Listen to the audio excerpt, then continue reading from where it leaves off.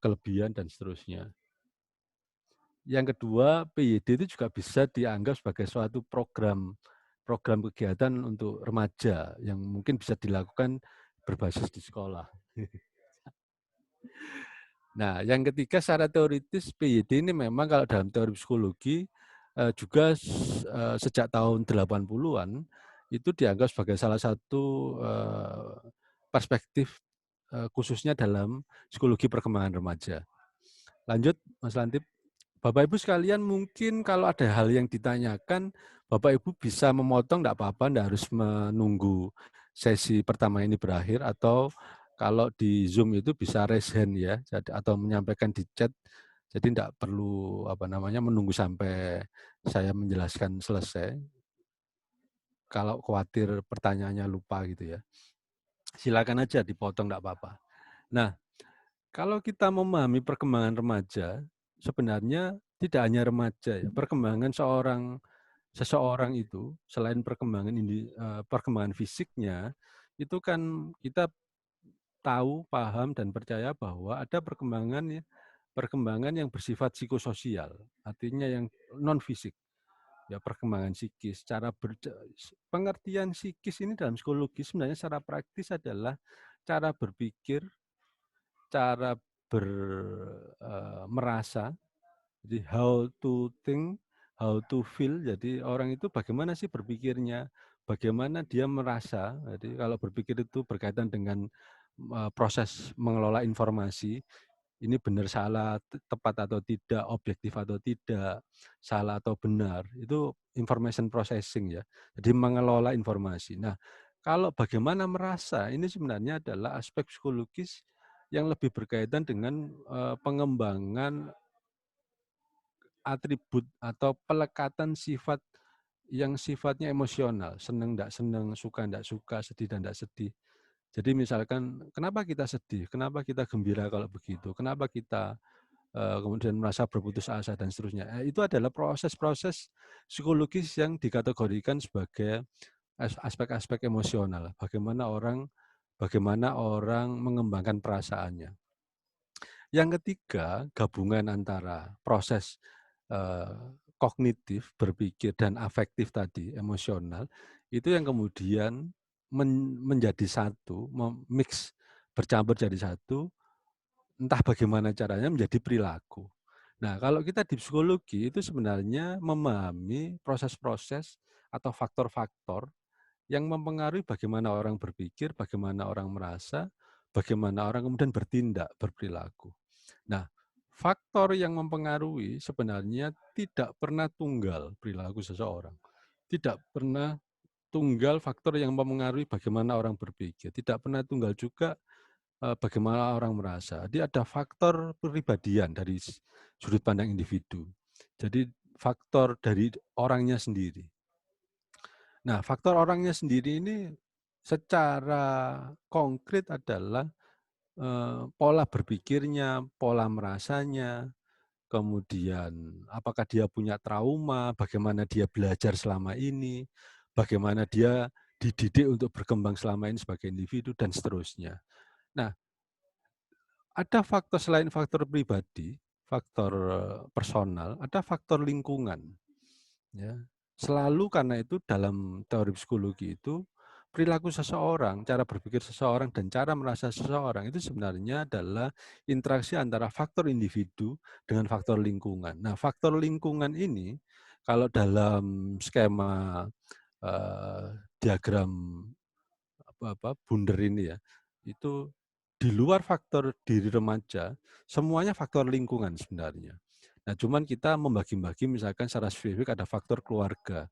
Faktor keluarga itu adalah faktor yang paling dekat dengan individu karena sejak kecil, sejak balita, sampai kemudian dia bisa mengembangkan kehidupannya secara mandiri, itu umumnya remaja atau orang dewasa awal bahkan, itu sangat terkait dengan keluarga. Jadi semua yang dia pikirkan, semua yang dia eh, perasaannya, apa yang dia lakukan itu sangat diwarnai oleh keluarga.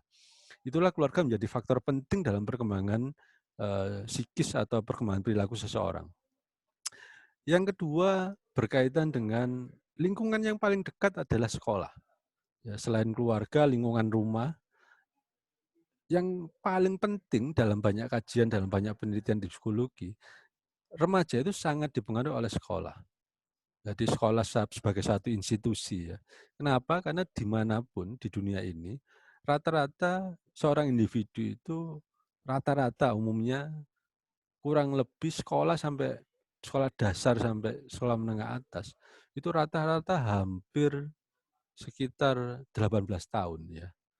Dan menghabiskan rata-rata 5 hari dalam 1 minggu, rata-rata minimal 8 jam. Jadi kita bisa bayangkan bahwa sekolah ini memang menjadi faktor yang sangat penting bagi individu. Nah, disitulah kita bisa melihat lingkungan sekolah dengan segala macam kompleksitasnya, dan ada peran sentral guru di situ, itu menjadi sangat penting bagi perkembangan remaja siswa. Karena itulah kenapa saya punya pikiran melakukan kegiatan ini dengan melibatkan Bapak Ibu sekalian.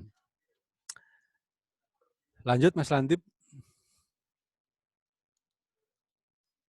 Nah, ini saya kira ini piramida ini piramida tentang kebutuhan manusia. Jadi manusia itu dalam teori psikologi perilakunya dimotivasi atau didorong oleh kebutuhan. Nah, kalau kita mau memahami seseorang, itu kita bisa memahami bahwa perilaku seseorang itu biasanya didorong oleh level kebutuhan yang paling dasar, yang paling bawah. Nanti kita bacanya piramid ini mulai dari bawah ke atas. Piramida ini biasanya disebut dengan piramida Maslow. Jadi Maslow menyatakan bahwa eh, perilaku seseorang itu pasti didorong oleh kebutuhan-kebutuhan yang bersifat eh, fisik, ya, kebutuhan untuk merasa survival, bertahan hidup, makan, menghilangkan lapar, menghilangkan takut, bukan menghilangkan takut, menghilangkan rasa dahaga dan seterusnya. Jadi sifatnya bersifat fisik. Yang kedua bersifat psikis, yaitu mencari rasa aman. Kenapa rasa aman? Karena rasa aman itu yang menjamin pemenuhan dari kebutuhan level yang pertama. Jadi kalau secara fisik kita mau terpenuhi, sebenarnya tujuan kita dari memenuhi kebutuhan fisik itu adalah supaya kita bertahan hidup. Itulah kenapa di level yang lebih tinggi, di atasnya ada kebutuhan rasa aman. Karena sebenarnya logikanya atau pengertiannya sama. Secara fisik bertahan, secara psikis aman gitu ya. Kedua, setelah aman dan pemenuhan fisik dan aman ini sebenarnya kan levelnya individual. Di level di atasnya kemudian muncullah kebutuhan fisik dan psikis rasa aman tapi secara sosial. Itulah kenapa di level ketiga itu ada kebutuhan untuk belonging. Kenapa juga belonging? Karena kebutuhan untuk merasa aman dan nyaman dengan orang lain, ya, dengan orang lain itu sama logikanya adalah untuk membuat kita bertahan hidup. Karena tidak ada individu yang bisa bertahan hidup hanya dengan mengandalkan dirinya sendiri.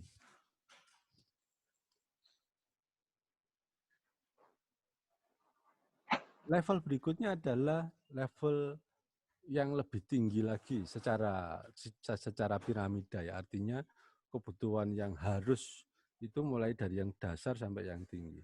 Ada kebutuhan tentang pengetahuan, estetika, dan terakhir itu aktualisasi diri. Bahkan oleh banyak ahli, Maslow di akhir-akhir hidupnya menambahkan satu kebutuhan, yaitu kebutuhan spiritual sebagai puncak tertinggi dari kebutuhan manusia.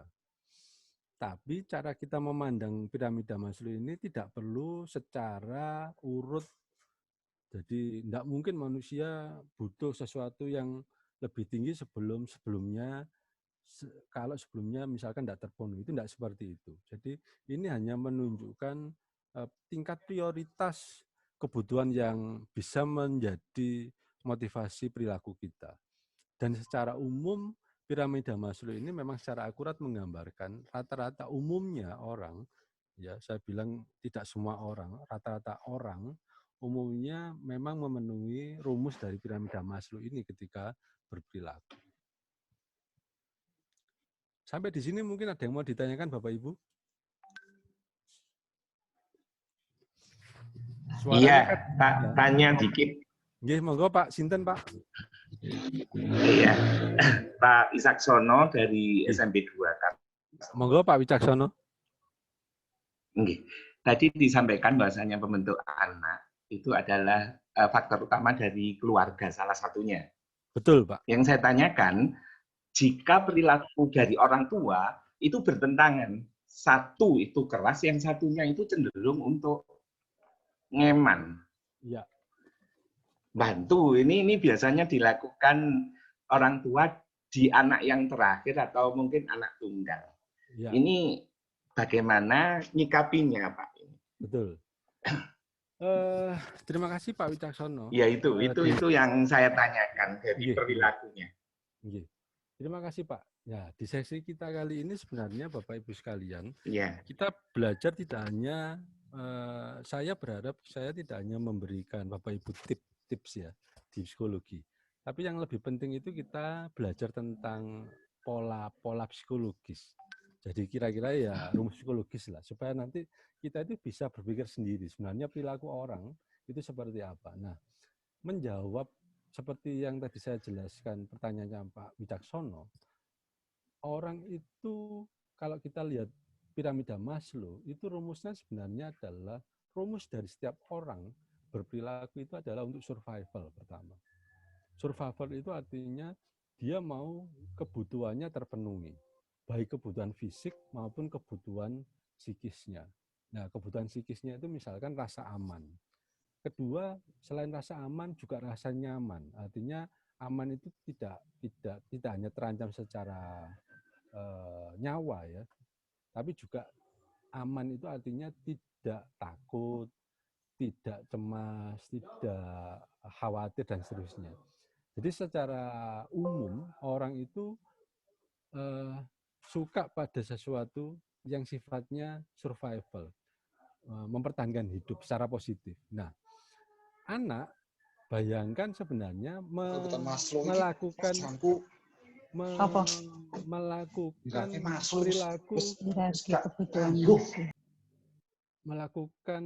perilaku yang sama. Nah, logikanya begini.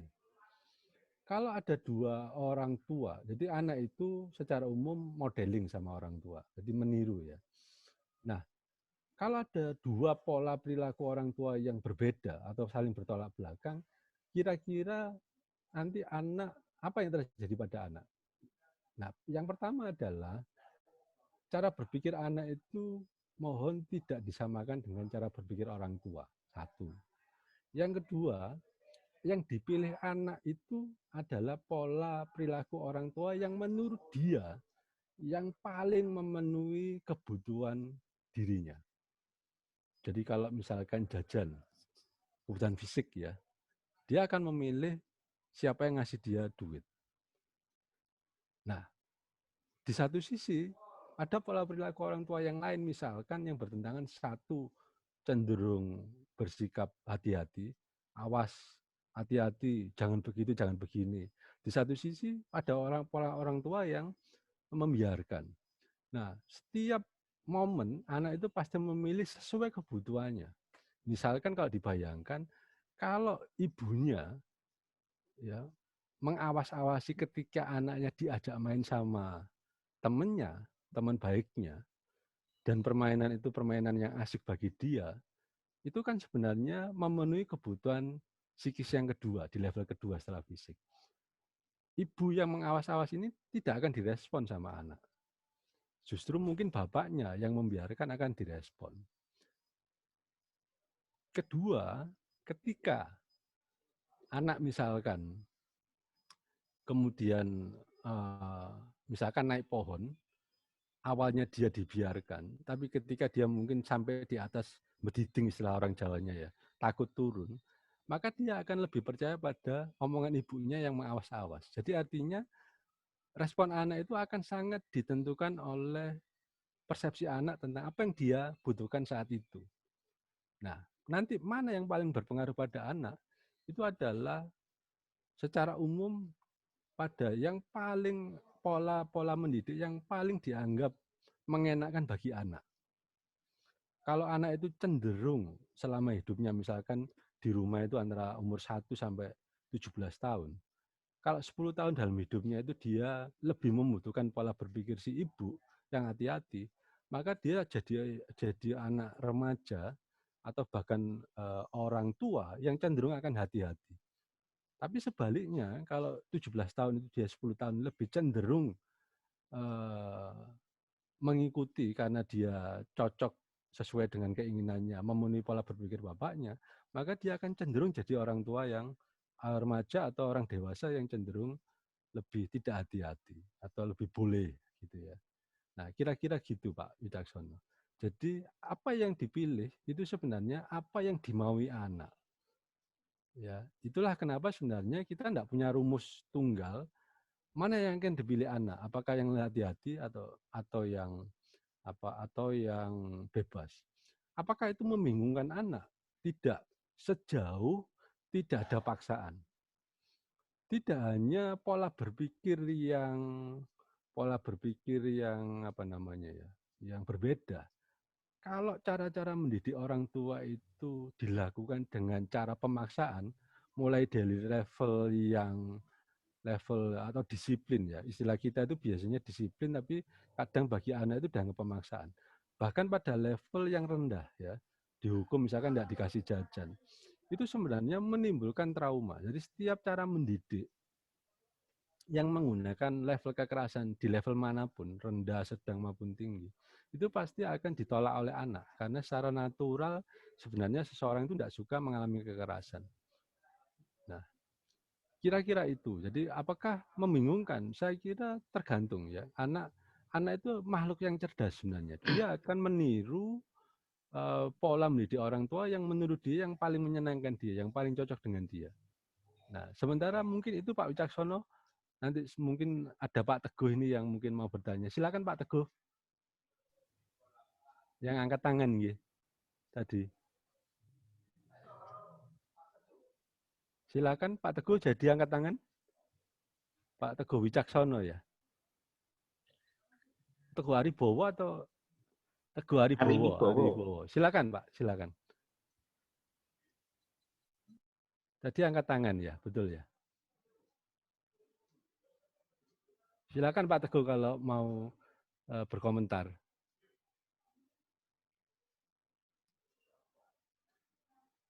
Monggo Pak, silakan. Pak Teguh tadi saya lihat angkat tangan.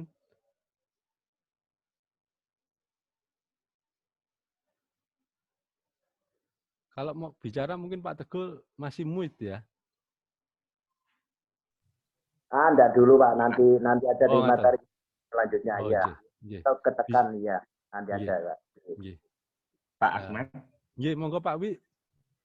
Mohon maaf kalau tadi secara psikis nih, tapi untuk dampak terberat jika anak sudah menginjak dewasa apa? Dengan perlakuan orang tua yang berbeda tadi. Dampak yang paling tampak itu. Untuk mungkin kenakalannya atau bagaimana? Maksudnya dampak setelah orang tua mengasuh pola yang berbeda itu tadi. Terima kasih, Pak. Kalau perbedaan pola asuh antar orang tua ini sebenarnya tidak akan membingungkan anak, kecuali kalau dua pihak itu tidak menggunakan cara-cara yang dominan, maksud saya. Artinya kalau caranya bersifat komplementer, saling melengkapi, ya tidak ada kompetisi antara orang tua, itu tidak akan menimbulkan kebingungan pada anak. Beda dengan misalkan kalau ada kompetisi. Ada kompetisi artinya orang tua satu dan orang tua dua itu berlomba untuk yang paling dominan terhadap anak. Kalau ada proses berlomba untuk dominan pada anak, mempengaruhi anak, maka pasti menimbulkan cara-cara bagi dua orang tua untuk berkompetisi itu untuk melibatkan cara-cara yang sedikit banyak akan memaksa, ya, sedikit banyak. Itu yang kemudian kalau dua pihak itu saling memaksa, itu yang kemudian membuat bingung orang tua. Ya. Kalau kita pikirkan sebenarnya kebingungan ini tidak akan terjadi kalau anak kemudian misalkan kita ajari bahwa setiap pola perkembangan, setiap pola pendidikan itu punya alasan masing-masing. Misalkan gini, kalau ibu cenderung hati-hati, ibu itu harusnya menjelaskan atau bapak menambahkan pola berpikirnya ibu bahwa hidup itu selalu penuh resiko, nak. Ada ancaman. Tidak mungkin di luar sana, bahkan di rumah aja itu ada sumber ancaman, misalkan listrik, kompor, dan seterusnya. Nah, tapi suami atau bapak jangan ngomongnya itu bertolak belakang sama ibu. Wah, ibumu itu semua serba hati-hati. Kapan bisa maju misalkan gitu ya. Nah, cara-cara mengkomplementer seperti itu yang menurut kita bapak ibu itu harus belajar bahwa tidak perlu sebenarnya dua pola mengajar itu dipertentangkan. Karena setiap pola pendidikan pada anak itu pasti punya fungsinya sendiri-sendiri. Nah, sebaliknya apa yang diajarkan bapak misalkan cenderung untuk bebas, cenderung untuk berani bereksplorasi misalkan, ibu atau bapak bisa memberi pemahaman pada anak bahwa keberanian itu dibutuhkan untuk maju. Kalau tidak ada keberanian untuk maju, maka kita tidak akan bisa berkembang dalam hidup. Ibu pun seperti itu, karena misalkan kalau anaknya laki-laki misalkan, ibu itu bisa ngomong bahwa kamu sebagai anak laki-laki pada akhirnya nanti akan jadi kepala rumah tangga. Jadi meskipun ibu bersikap lebih menanamkan hati-hati, tapi juga sikap yang berani menempuh resiko itu juga penting. Karena kalau kamu sebagai kepala keluarga nanti cenderung takut, apalagi istri atau anakmu, misalkan gitu. Jadi yang penting saya kira bukan perbedaannya yang jadi penting, dan tidak akan menimbulkan kebingungan pada anak jika orang tua bisa menyampaikan kepada anak bahwa perbedaan itu sebenarnya bersifat komplement, gitu ya. Yang akan menjadi membingungkan pada anak itu kalau tidak ada kerjasama antara orang tua, bahkan kedua orang tua itu kelihatan seperti berkompetisi untuk memengaruhi secara dominan pada anak. Nah gitu. Jadi sekali lagi cara edukasi itu yang berbeda tidak menjadi masalah, asal anak itu memiliki pemahaman bahwa dua pola pendidikan itu memiliki alasan masing-masing dan mungkin bisa melihat aspek-aspek positifnya. Saya kira itu Pak Wi, mungkin sembari kita teruskan, nggih. Kita lanjutkan dulu nggih, Pak Wi nggih. Nggih, terima kasih. Nggih. Sudah, insyaallah. Insyaallah. Nggih, matur nuwun. Silakan Mas Lantip. Ini contoh-contoh biasanya yang kita khawatirkan gitu ya pada remaja ini. Pergaulan bebas, kemudian perilaku seks sebelum menikah, ugal-ugalan, minum-minuman keras dan seterusnya. Makanya biasanya orang tua atau guru rata-rata kalau ngomong ke muridnya itu ya persis seperti di rumah, lebih ngawas-ngawasi ya gitu ya. Awas ini, awas ini, awas ini, karena seperti tadi yang saya singgung, anak itu memang atau remaja itu kita pandang lebih ke aspek-aspek kekurangannya atau ketidakmampuannya, bukan kelebihannya. Lanjut Mas Lantip. Saya kira ini kita teruskan dulu. Nah, sampai ke peralihan paradigma. Nah, ini yang mungkin bisa kita lihat cara berpikir perkembangan remaja positif dan cara berpikir pada remaja yang secara umum ya dianggap lebih konservatif ya, pendekatan yang tradisional. Jadi remaja itu biasanya karena kekhawatiran kita, maka dia diajari untuk menyelesaikan masalah. Jadi jangan begini, jangan begitu, dan seterusnya. Sementara yang lebih penting kalau menurut perspektif PRP itu adalah remaja itu akan bisa menghadapi tantangan hidupnya kalau dia distimulasi untuk membangun kemampuan atau kekuatan dirinya. Jadi bukan dilarang atau dikasih pemecahan masalah secara langsung, remaja distimulasi untuk bisa memecahkan masalahnya sendiri. Lanjut Mas Landip. Aspek yang kedua adalah reaktif dan proaktif. Artinya kalau dalam menghadapi remaja, umumnya kita orang tua itu cenderung baru memberi respon ketika ada masalah. Sementara kalau dalam perspektif PYD atau dalam perspektif PRP, kita justru harus ya waktu kita itu harus lebih banyak membuat remaja terdorong untuk membangun kemampuan dirinya positif. Sehingga harapannya kalau dia menghadapi masalah nanti dengan tugas-tugas sekolahnya ketika stres, dengan teman-temannya yang mungkin membuli dia dan atau tantangan-tantangan lain, itu dia bisa mengelola apa yang dia alami itu dengan positif. Terus Mas Lantip silakan. Nah, kedua, kita tidak hanya fokus pada remaja yang bermasalah.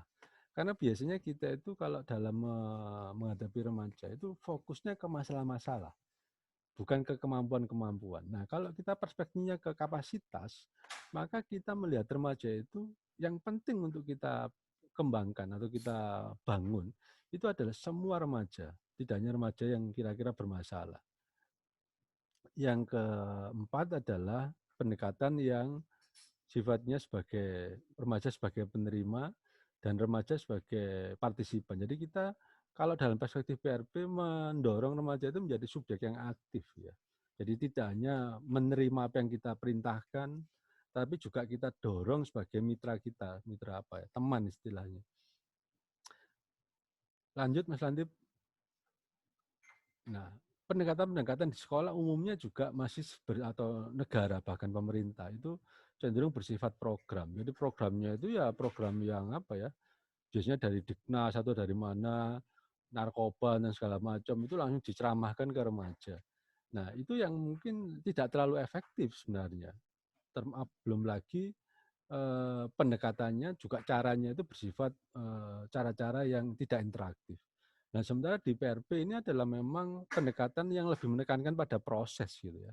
Proses sehari-hari dan sehingga tidak bisa dilakukan dengan waktu yang instan. Nah, prosesnya itu juga terbangun dalam interaksi antara guru dan siswa dalam kehidupan sehari-hari. Jadi seperti bukan suatu program sebenarnya ya.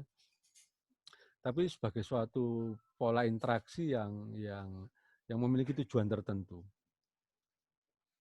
Nah, yang terakhir adalah kalau dulu kita melihat remaja dalam menyelesaikan remaja itu kita cenderung membutuhkan ahli-ahli tertentu gitu ya. Nah, sementara kalau menurut perspektif PRP ini sebenarnya semua orang bisa asal memahami prinsip-prinsip relasi dengan remaja yang positif. Nah, saya nanti dalam diskusi kita nanti kita akan tunjukkan bahwa sebenarnya cara berpikir yang seperti perspektif PRP ini sebenarnya asal prinsipnya ditangkap itu bisa dilakukan oleh setiap orang, baik Bapak Ibu guru atau teman siswa di antar siswa atau bahkan Bapak Ibu kalau menjadi orang tua di rumah. Sebenarnya cara berpikirnya itu sama. Itulah yang sebenarnya nanti dalam psikologi itu yang menarik adalah kalau kita tahu polanya, kita tahu rumusnya, itu pola ini akan bisa kita terapkan di berbagai setting sebenarnya, tidak hanya dengan siswa, bisa juga dengan anak, bisa dengan orang dewasa yang lain dan seterusnya. Lanjut Mas Andip. Nah, terakhir apa sih yang kita sebut dengan perkembangan remaja yang positif? Ada 6 ciri remaja itu kita sebut sebagai perkembangan remaja yang positif. Satu adalah kalau remaja itu merasa memiliki kompetensi. Artinya kompetensi adalah kemampuan yang menurut remaja itu merasa dikuasai. Ya, sekali lagi ini tidak objektif. Artinya gini, kompeten kalau lulus mengerjakan ujian, itu bukan. Jadi kompeten ini kalau remaja merasa menguasai satu bidang tertentu. Kalau dia merasa menguasai, maka dia memiliki kompetensi itu. Jadi lebih cenderung subjektif, meskipun memang juga bisa didorong untuk bahwa remaja itu tidak sekedar merasa menguasai, merasa kompeten, tetapi juga memang secara objektif kompeten. Tapi yang lebih penting lagi adalah orang atau remaja itu merasa punya kompetensi.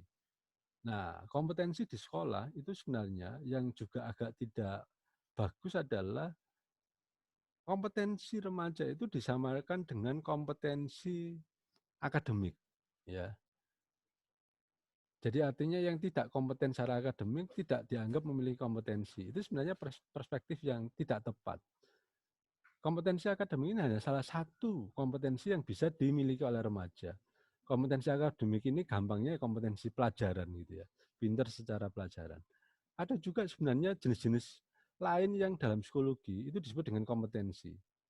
Misalkan kompetensi sosial. Jadi orang yang memiliki kemampuan untuk berpidato, kemampuan debat, kemampuan teamwork gitu ya, kemampuan dalam organisasi, itu bisa disebut dengan kompetensi.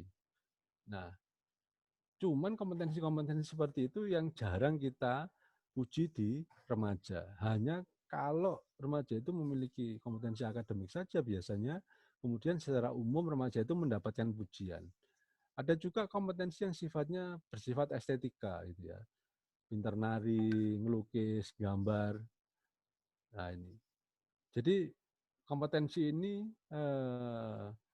macam-macam ya. Yang penting adalah remaja kemudian merasa memiliki suatu keahlian di bidang tertentu.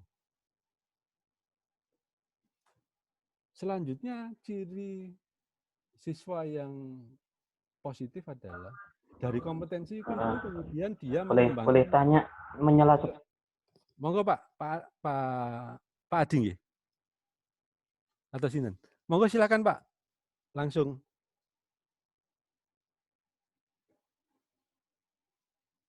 Monggo silakan. Monggo Pak silakan.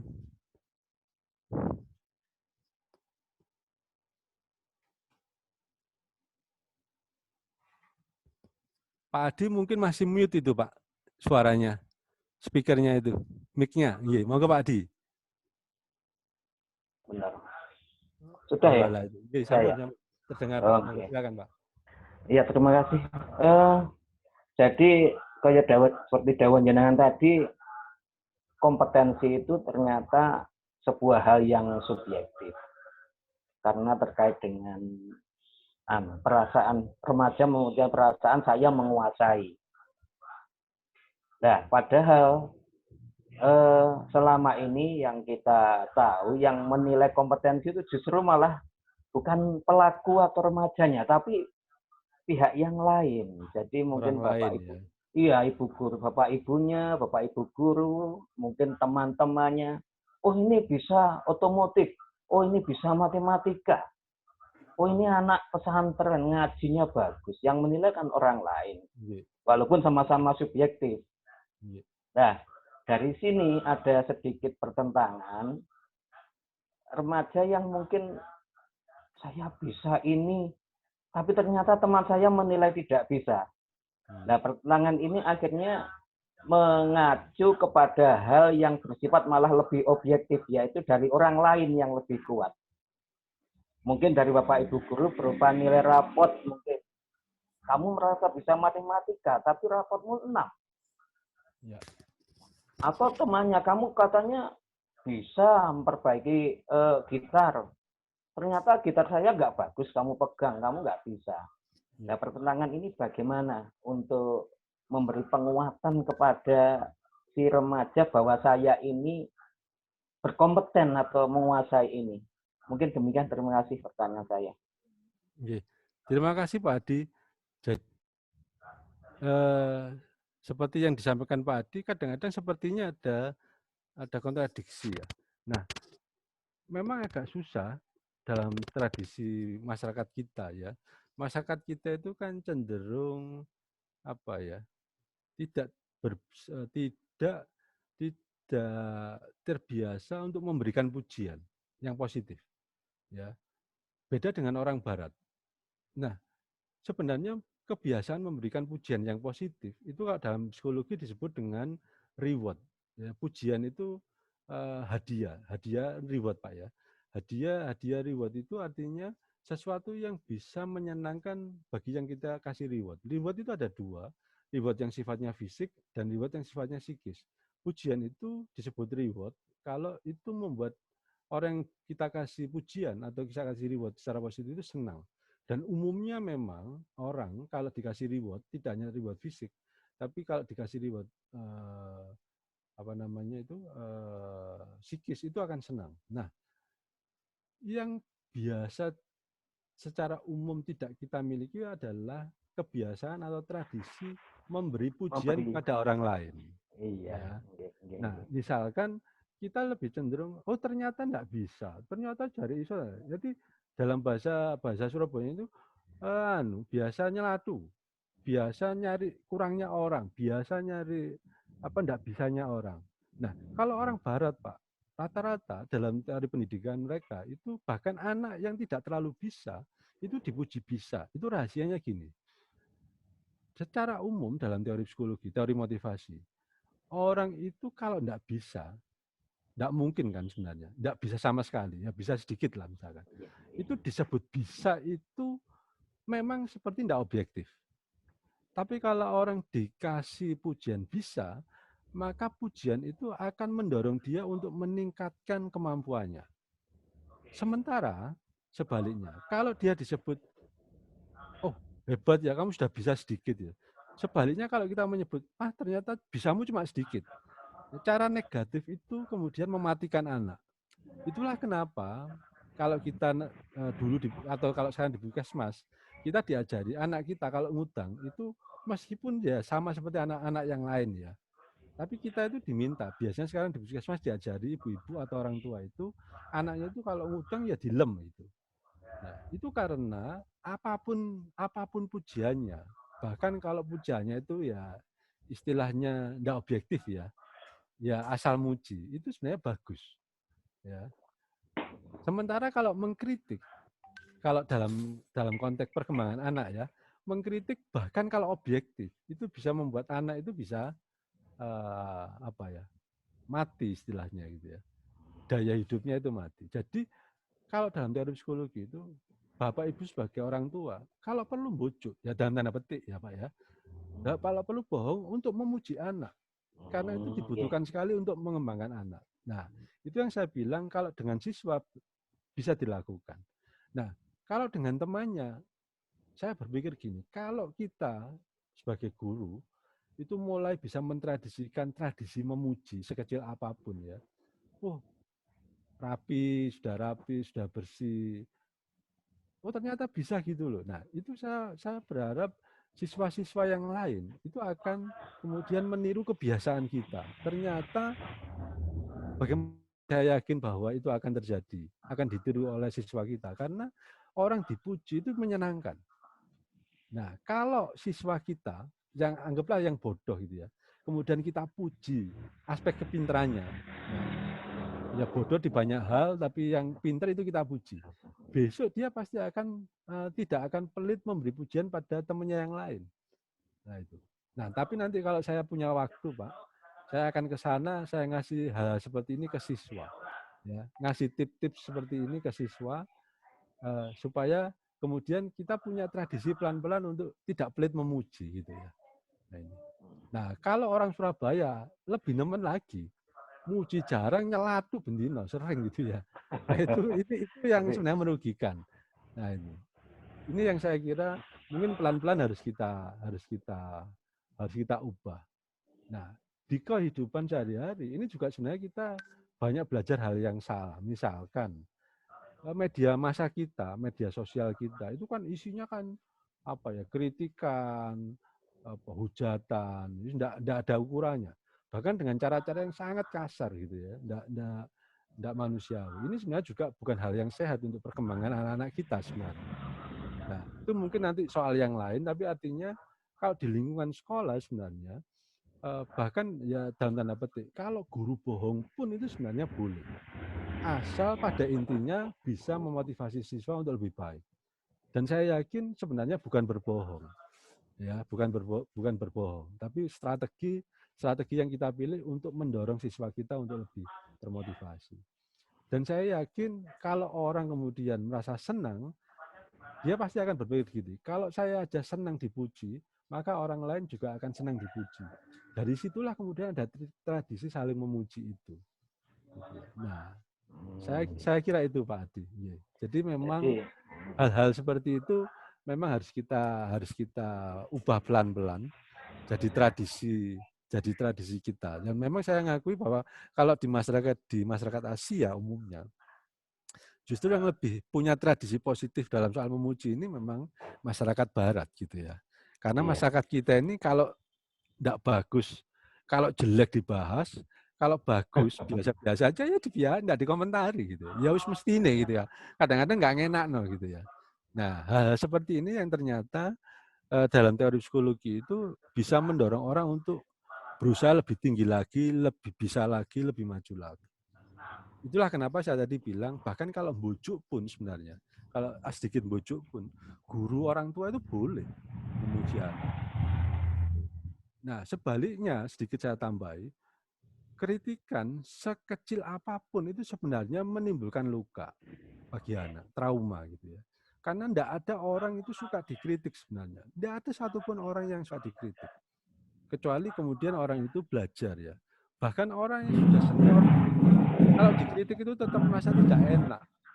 Lebih enak merasa dipuji. Ya. Bahkan orang yang paling hebat sekalipun kalau dikritik itu ada perasaan tidak enak. Karena sesuatu yang negatif itu memang melukai. Nah, itu secara umum kenapa saya bilang tadi, bahkan kalau bohong pun kita itu harusnya memuji. Ya. Bahkan kalau Bapak Ibu mengkritik, bahkan kalau objektif sekalipun, itu kalau bisa jangan gitu ya. Ya artinya kalau salah itu ya biasa lah. Koreksi, kesalahan, evaluasi itu biasa. Tapi yang muji ini yang harus kita lebih tingkatkan gitu. Saya kira itu sementara Pak Adi. Nah, ini ada hal yang mungkin baru sekedar informasi dari panjenengan tentang bukan sekedar Indonesia, lebih luas lagi masyarakat Asia tadi yang kecenderungannya agak kurang untuk memuji ya, ini. Betul. Padahal mungkin paradigma ini yang harus kita kuatkan. Bahkan dalam momen kita berbohong untuk demi memotivasi siswa tadi atau anak tadi ya. Ini saya ingat satu peribahasa juga di bahasa Indonesia. Karena nila setitik merusak susu sebelanga. Iya, betul. Ini kan kesalahan atau apa ya, yang kejelekan yang kecil merusak semuanya. Kenapa ini tidak ada peribahasa yang artinya berkebalikan? Yang ada di kita kok karena kesalahan sedikit merusak kebaikan semuanya. Padahal kita berbicara kebaikan, bukan kesalahan atau apa kejelekan kan mestinya kan. Ya mungkin lanjut lagi Pak nggih. Moga-moga terima kasih. Nuwun Pak Adi masukannya. Nah, dari kompetensi itu maka kemudian seperti tadi yang saya bilang muncullah confident. Setiap sesuatu yang dianggap bisa dikuasai itu akan menimbulkan rasa bahwa dirinya memiliki sesuatu yang berharga. Nah, itulah yang disebut dengan confident. Tadi rasa merasa berharga. Rasa bahwa dirinya itu berharga. Itulah ada hubungannya tadi yang kita diskusikan dengan Pak Adi, bahwa kompetensi itu harus dipuji, pujian itu kemudian menguatkan confident-nya orang. Nah, sehebat-hebatnya kompetensinya orang, kalau orang itu diserang pada satu titik lemahnya, maka dia tidak akan punya confident. Sebaliknya, kalau orang itu cuma punya satu kompetensi, itu pun mungkin tidak terlalu kompeten, tapi kalau kita beri pujian, maka orang itu bisa confident. Ya. Sekali lagi, masalahnya adalah bukan soal objektivitas. Gitu ya. Oh ternyata kamu tidak bisa, oh ternyata cuma segitu toh. Masalahnya adalah kita memandang proses psikis di remaja ini adalah proses yang transisi, proses yang menjadi proses antara untuk jadi orang dewasa. Artinya bukan soal objektif atau tidak, anak itu punya kemampuan atau kompetensi atau tidak, tetapi soalnya adalah bahwa apa yang dia alami di masa remaja itu akan sangat mewarnai dirinya di masa depan. Bagaimana mungkin kita bisa berharap ada satu keluarga yang baik kalau kepala keluarganya misalkan siswa kita laki-laki itu yang akan jadi kepala keluarga tidak punya kompetensi. Atau ibu siswa kita yang perempuan itu kalau punya anak itu ragu-ragu loh. Saya dulu nakal, saya bisa enggak ya nanti jadi ibu yang bisa mendidik anak saya. Nah itu konfidensi seperti itu yang enggak akan muncul kalau kemudian kita tidak mendorong. Makanya mohon Bapak Ibu guru kalau menyikapi siswanya itu tidak final-finalan istilahnya ya.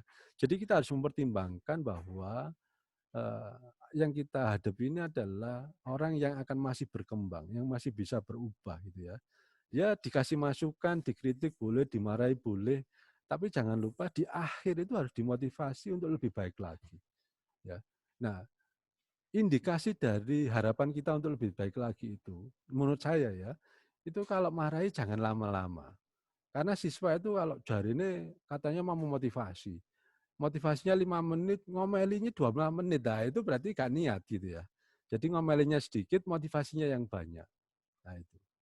Jadi saya kira kalau kalau kalau menurut saya dibalik aja. Kalau kita suka seperti itu, maka siswa kita juga suka. Kalau siswa kita suka dipuji, maka kita suka dipuji, maka siswa kita juga uh, suka yang sama. Itu soal konfidensi. Lanjut Mas Landip.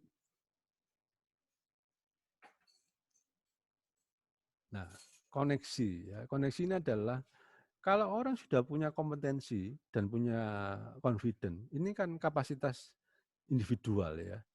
Nah, ketika orang sudah merasa punya dua kompetensi itu, maka tidak sulit bagi orang kemudian untuk memiliki kemampuan untuk membangun relasi sosial dengan orang lain. Karena kemampuan untuk membangun relasi sosial dengan orang lain itu sebenarnya sumbernya adalah dari kepercayaan diri. Kalau ada anak yang cenderung pendiam, kecuali ada satu kasus khusus ya, biasanya kalau orang pendiam itu, biasanya dia mengalami trauma biasanya dalam keluarga. Nah, biasanya kalau tidak ada trauma-trauma seperti itu, maka seorang anak itu kalau confident akan cenderung mudah atau terampil menjalin hubungan sosial dengan orang yang lain. Ya, kecuali faktor khusus yang tadi saya sebutkan, ada trauma di keluarga, mengalami kekerasan dan seterusnya. Nah, mungkin ini harus ada perlakuan khusus gitu ya. Tetapi secara umum kalau orang sudah punya confident, biasanya dia akan cenderung punya kemampuan untuk menjalin relasi sosial. Kalau kemudian ketika dia menjalin relasi sosial, kalau orang yang kompeten dan confident, orang itu kemudian biasanya punya cara berpikir, cara merasa, dan sikap yang agak spesifik. Saya tidak mengatakan remaja itu kalau sudah kompeten dan confident akan cenderung overconfident ya, kaku gitu ya, tidak bisa diubah. Tapi biasanya anak remaja ini ketika menghadapi sesuatu dia punya pola tersendiri dirinya. Tidak ikut-ikutan tetapi juga tidak kaku, tidak pengku istilah bahasa Jawanya. Itu yang disebut dengan karakter. Jadi karakter ini adalah pola berpikir, pola merasa ketika orang menghadapi satu situasi atau satu masalah. Lanjut Mas Landip.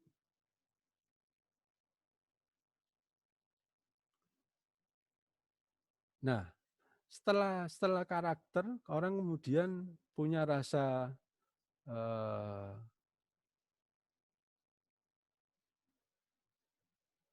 confident karakter, caring. Jadi ketika dia orang yang punya confident, punya kompetensi confident, itu biasanya akan cenderung caring sama orang karena dia akan menerapkan apa yang dia alami ketika dia merasa kompeten, confident itu karena orang lain. Dia juga akan memberikan respon yang positif. Orang yang memberikan respon yang negatif pada orang, not caring atau tidak caring, itu sebenarnya karena orang itu bukan jahat ya dalam tanda petik, tetapi dia tidak pernah belajar atau tidak pernah cukup punya waktu belajar untuk merasa bisa caring sama orang.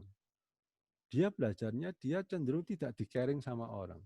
Dia tidak dianggap, tidak diberi simpati sama orang. Misalkan mungkin dalam keluarga dia tidak pernah dipuji, cenderung dimarahi, yang dia simpulkan kemudian caring itu tidak ada. Maka pola berperilaku yang tidak caring ini kemudian dia terapkan di pola perilakunya sendiri. Sebaliknya, kalau lingkungan keluarga sekolah itu kemudian menanamkan sifat caring itu pada siswa, saya yakin siswa pada orang lain akan cenderung caring. Sifat seperti ini sebenarnya kalau terbentuk, kita tidak perlu khawatir anak ini akan melakukan kekerasan sama temannya, tidak akan suka pada hal-hal sifatnya kekerasan, mulai kekerasan fisik, psikis, atau kekerasan seksual. Artinya orang yang sudah caring itu akan memiliki kemampuan untuk merasakan perasaan orang lain dan bisa menempatkan cara berpikir terhadap cara berpikirnya orang lain.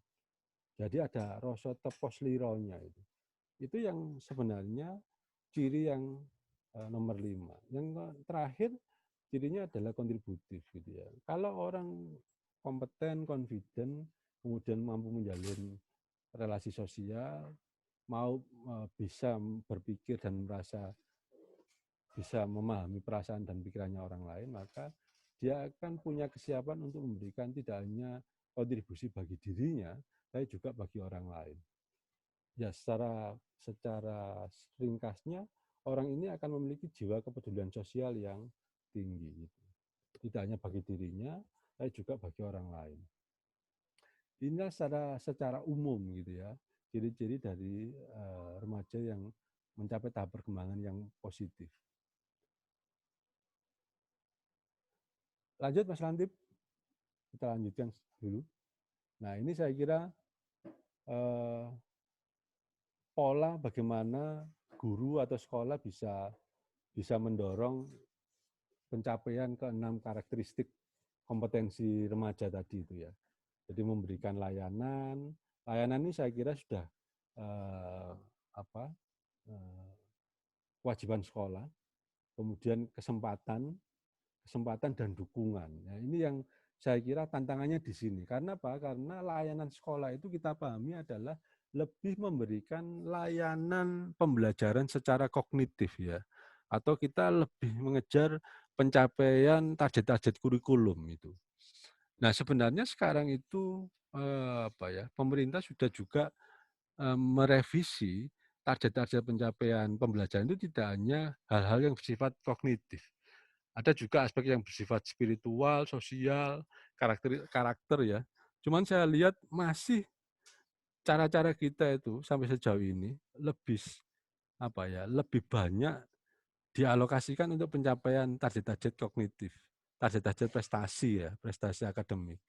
Ya, saya tahu karena memang tuntutan dari pemerintah dan ada proses-proses yang misalkan membuat sekolah mau tidak mau harus mendorong siswa itu untuk mencapai prestasi akademik. Misalkan kalau kita jadi guru di SMA, maka sistem rekrutmen perguruan tinggi misalkan berdasarkan nilai. Nah, itu juga secara tidak langsung sebenarnya mendorong sekolah kemudian berlomba-lomba hanya menekankan pada aspek pelajaran. Nah, saya kira nanti kita bisa berpikir tidak mempertanyakan hal-hal seperti itu, tapi sifatnya kita harus bisa menerima bahwa memang ya seperti itulah kenyataannya di sistem pendidikan kita. Cuman yang mau saya ajak berpikir adalah dengan menerima keadaan seperti itu, apa yang bisa kita lakukan? Nah, sifatnya seperti itu. Jadi kita tidak perlu membahas tentang kebijakan, apa yang sudah diputuskan pemerintah. Itu saya kira memang ya cukup kita terima aja. Lanjut Mas Landip. Nah, ini saya kira sekolah selain memberikan layanan juga bisa secara seoptimal mungkin memberikan kesempatan dan yang penting dukungan. Ya, secara konkret itu mungkin bisa dilakukan oleh apakah guru BK, guru kelas, atau lewat program kegiatan dan seterusnya. Nah, ini yang nanti tergantung kreativitas dan kondisi masing-masing sekolah.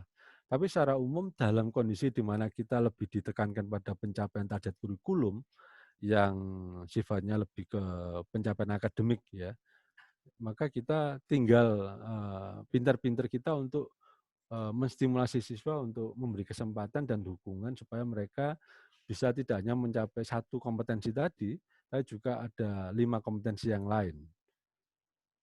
Lanjut Mas Lantip.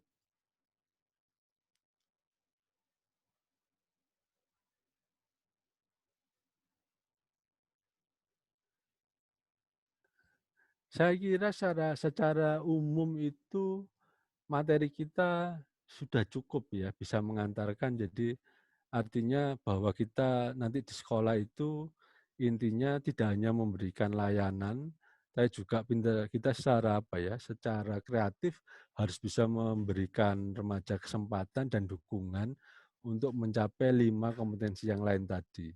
Jadi kompetensi, confident, karakter, dan seterusnya tadi itu.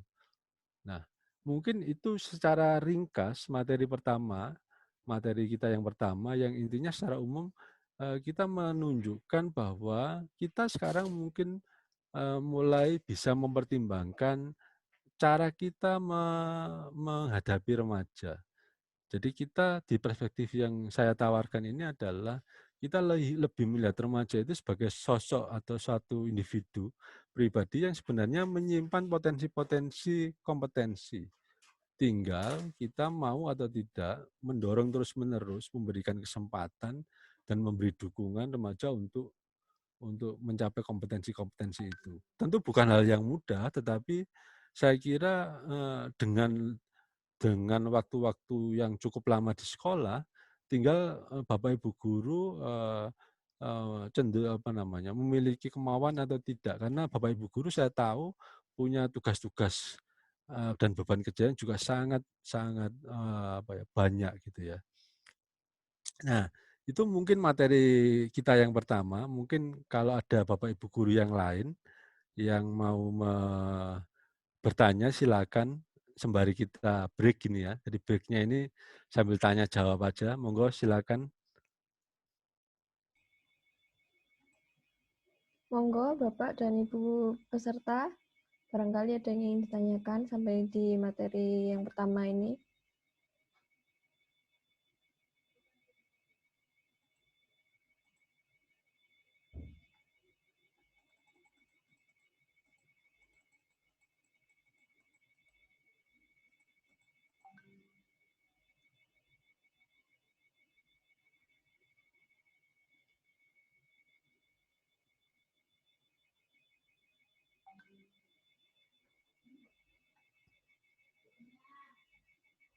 Monggo.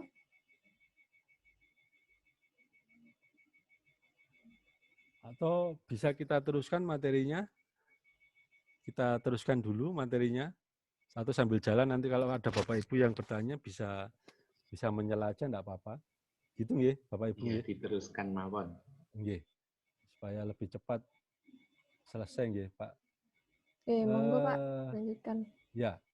Bapak Ibu sekalian, di materi kedua ini kita mungkin berbicara tentang hal yang sifatnya lebih ke teknis ya. Bagaimana kita bisa merancang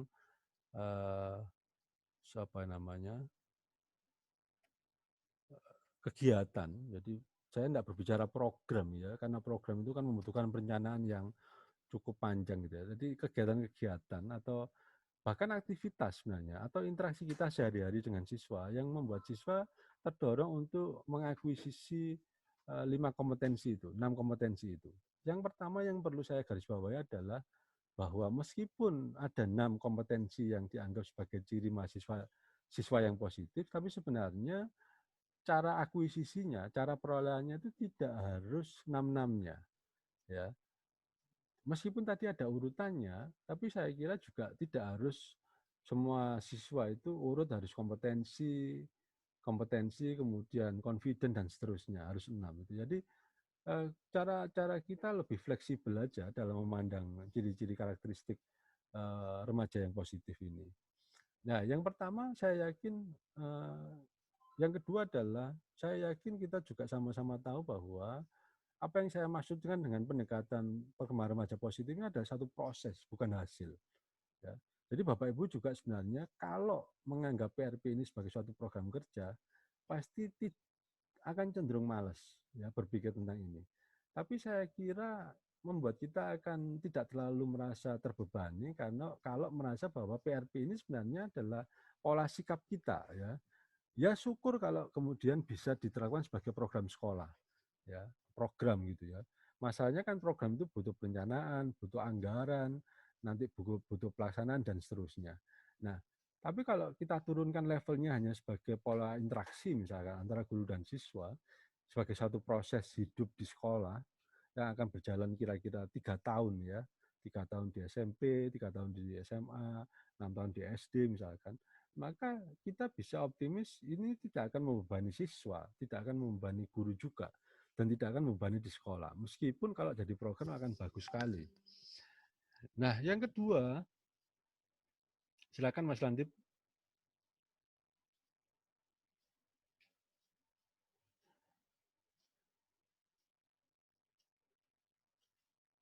Yang scaffolding, Mas Landip.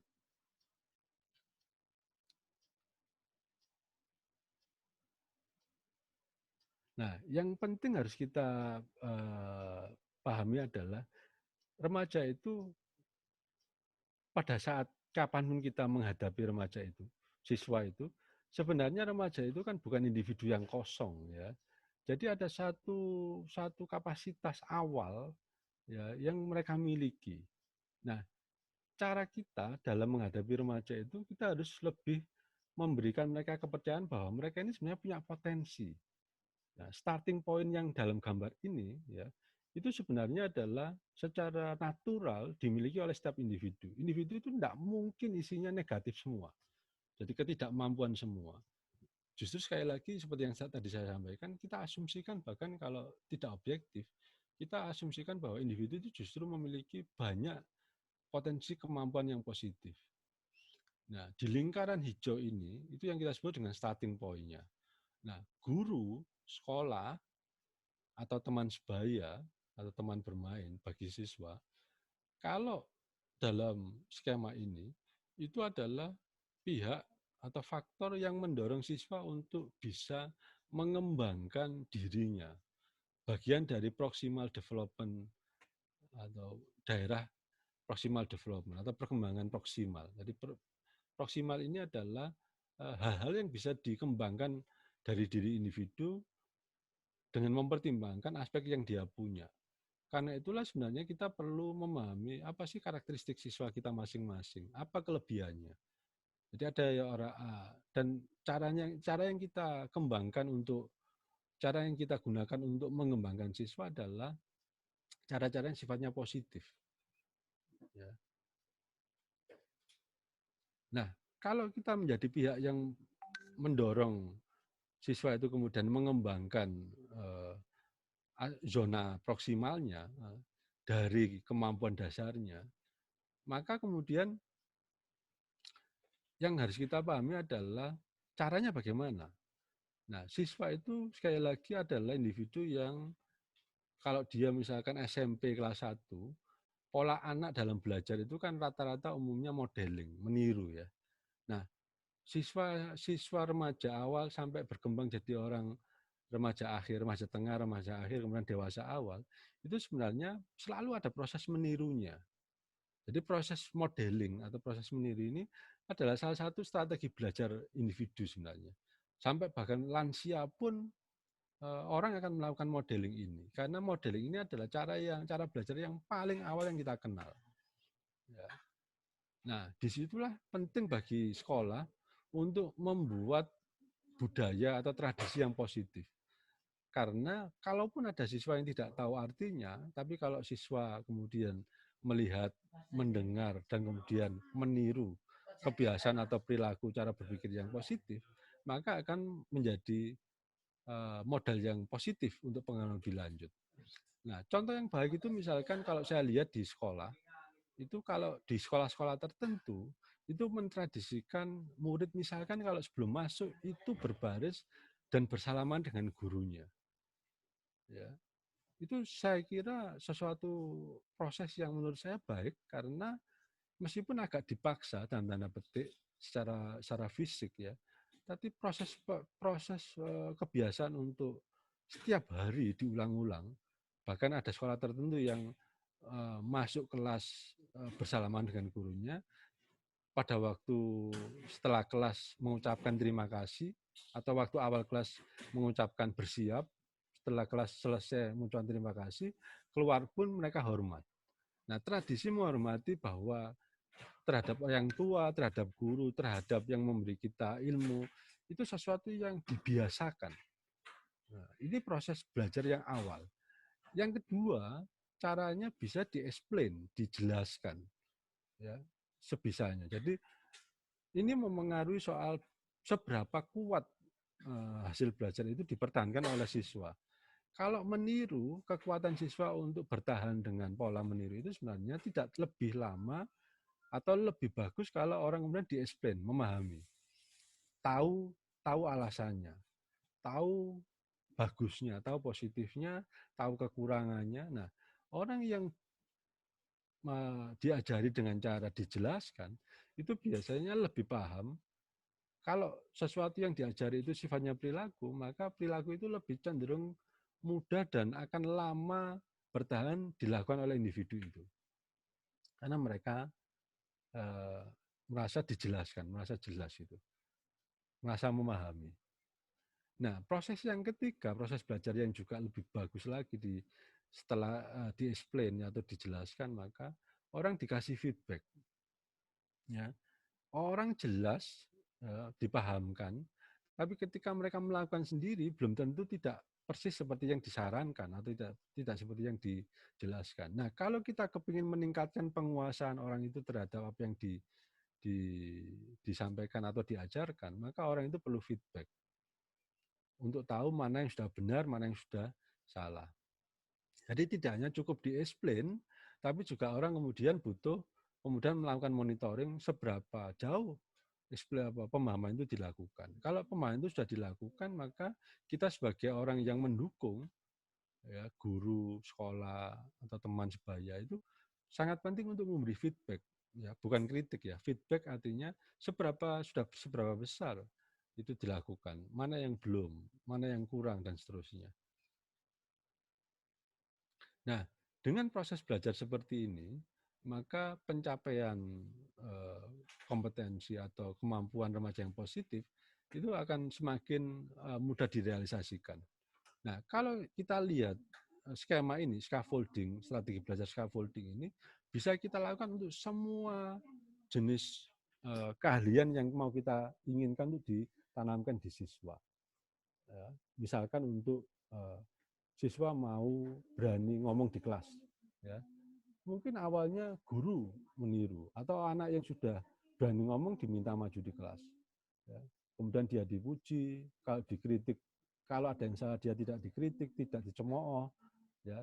Jadi kebiasaan orang Jawa itu juga kadang-kadang gojlok itu juga sebenarnya negatif, ya, karena kalau orang digojlok kemudian orang yang lain tahu bahwa orang salah digojlok itu biasanya sudah ngepir duluan, ya.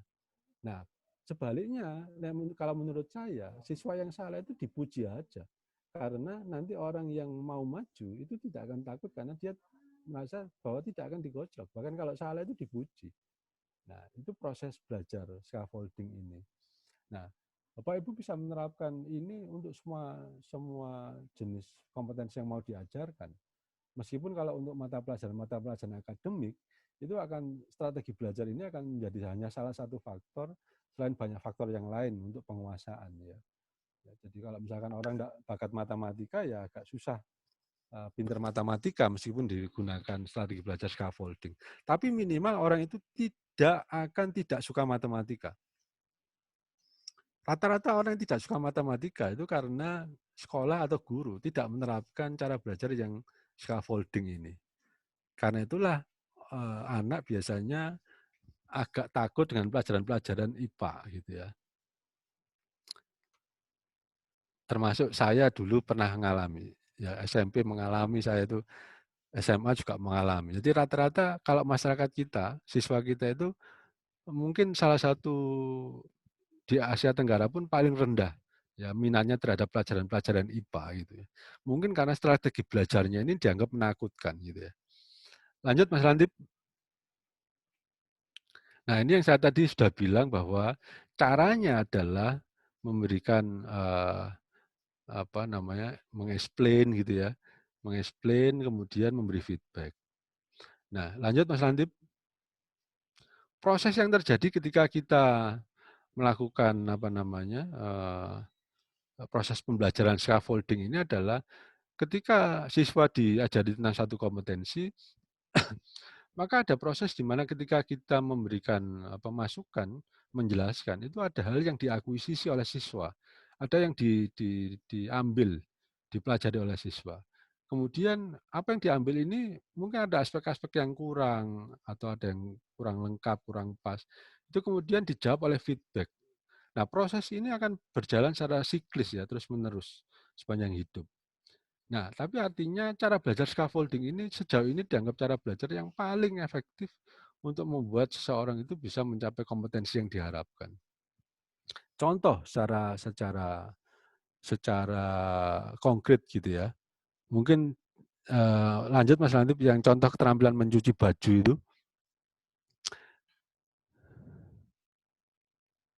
Nah, ketika misalkan ada siswa tinggal di asrama, belum pernah mencuci baju gitu, ya. Nah, mungkin awal-awal siswa itu kalau diminta untuk mencuci bajunya sendiri, itu mungkin ada yang misalkan ya ditumpuk aja gitu ya. Atau apa ya, dilempit rapi seperti bukan baju kotor misalkan. Jadi kalau bajunya banyak lama-lama kemudian dia tidak tahu ini baju kotor atau enggak misalkan. Atau kemudian ditumpuk tapi tidak dibedakan, dia akhirnya bajunya bercampur dengan yang lain. Nah, langkahnya itu adalah ketika diajari dia untuk siswa untuk mencuci bajunya sendiri, sampai kemudian langkah-langkah yang diharapkan untuk mencuci baju, itu kemudian dia dijelaskan langkahnya seperti apa secara konkret. Ya. Kenapa mencuci baju? Ukurannya apa? Apakah setelah 2 hari dipakai? Atau kalau orang sudah merasa kotor atau merasa keringatnya, kriteria-kriteria seperti itu dijelaskan. Sehingga yang namanya baju kotor itu tidak hanya tampaknya kotor, tapi juga bisa jadi sekali dipakai di pagi hari perlu dicuci karena kotor gitu. Nah, intinya siswa diajari secara operasional yang kotor itu yang seperti apa. Langkah kedua kemudian sebelum mencucinya sendiri ya, itu kita pilah langkah-langkah untuk sampai ke mencucinya. Bapak Ibu mungkin ada yang merespon, masa ngajari siswa mencuci baju aja perlu di breakdown seperti ini. Yang perlu kita ingat adalah bukan soal breakdown-nya sebenarnya. Tapi kita ngajari orang berpikir bahwa untuk menguasai kompetensi, itu dia harus membreakdown kompetensi itu menjadi langkah-langkah kecil yang spesifik dan operasional. Ini mencuci baju, tapi kalau bayangan besok anak-anak diajari berwira swasta, ya, atau istilahnya apa itu, entrepreneurship gitu ya. Entrepreneurship itu seperti apa sih? Nah, itu yang kalau kalau kalau tidak diajari breakdown seperti ini akan susah sekali ngajari entrepreneurship itu. Seperti apa sih entrepreneurship itu? Atau ngajari orang tentang eh, tidak melakukan kekerasan terhadap temannya. Nah, kemampuan untuk membreakdown kompetensi yang mau dicapai ini, kalau hanya guru yang tahu, maka siswa akan selalu tergantung pada guru untuk mencapai satu kompetensi. Nah, yang tadi kita bahas di sesi pertama, penting bagi siswa untuk dilibatkan secara partisipatif itu gunanya di sini. Kalau 1-2 kali dalam dalam proses menguasai kompetensi itu siswa diajari untuk membreakdown langkah-langkah ini, maka besok kalau dia sudah lulus atau bahkan ketika dia jadi siswa, ketika siswa itu mau mencapai satu kompetensi tertentu bagi dirinya sendiri, dia sudah tahu langkah-langkahnya, itu yang penting. Jadi jangan dilihat bahwa masa nyuci baju aja perlu di breakdown seperti ini. Tapi yang penting adalah kita ngajari anak caranya mencapai kompetensi. Ya, jadi kadang-kadang kita itu biasanya umumnya kepingin ini tapi tidak tahu cara mencapainya. Karena itu kita tanya orang misalkan. Nah, guru itu sangat penting untuk mempelajari siswa prosesnya. Nah, jadi kalau kita lihat penting sekali bagi kita untuk ngajari siswa kalau mencapai satu kompetensi breakdown lah atau pecahlah kompetensi itu menjadi keterampilan-keterampilan lebih kecil yang operasional dan sifatnya bertahap penguasaan.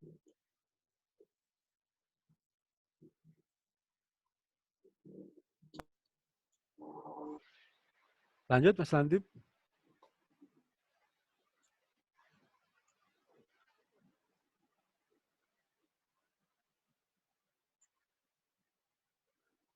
Nah, kunci dari cara belajar yang scaffolding yang bisa dibantu oleh guru adalah guru bisa mendorong siswa untuk ketika dia mau mempelajari suatu kompetensi, siswa diajari untuk pecahlah kompetensi yang mau Anda kuasai itu menjadi langkah-langkah atau unit perilaku yang lebih spesifik, yang lebih kecil dan bertingkat ya.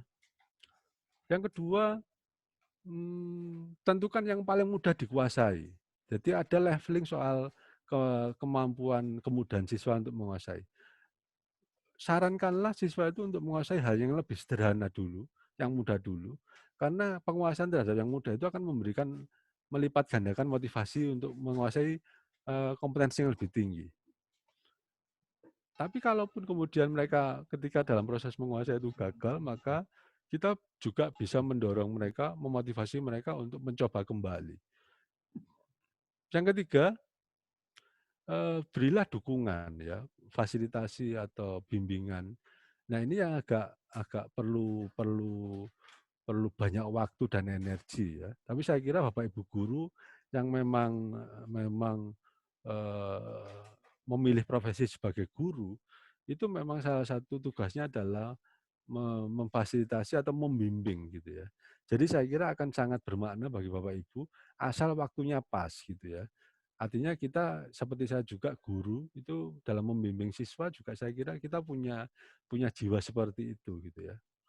Bahwa kita tidak merasa keberatan, tidak merasa terbebani kalau membimbing siswa-siswa kita.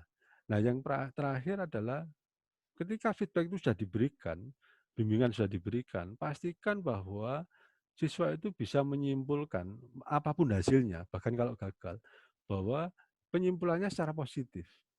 Bahkan ekstrimnya ketika dia gagal menguasai, kita bisa mengatakan bahwa Anda tidak gagal, Anda belum berhasil.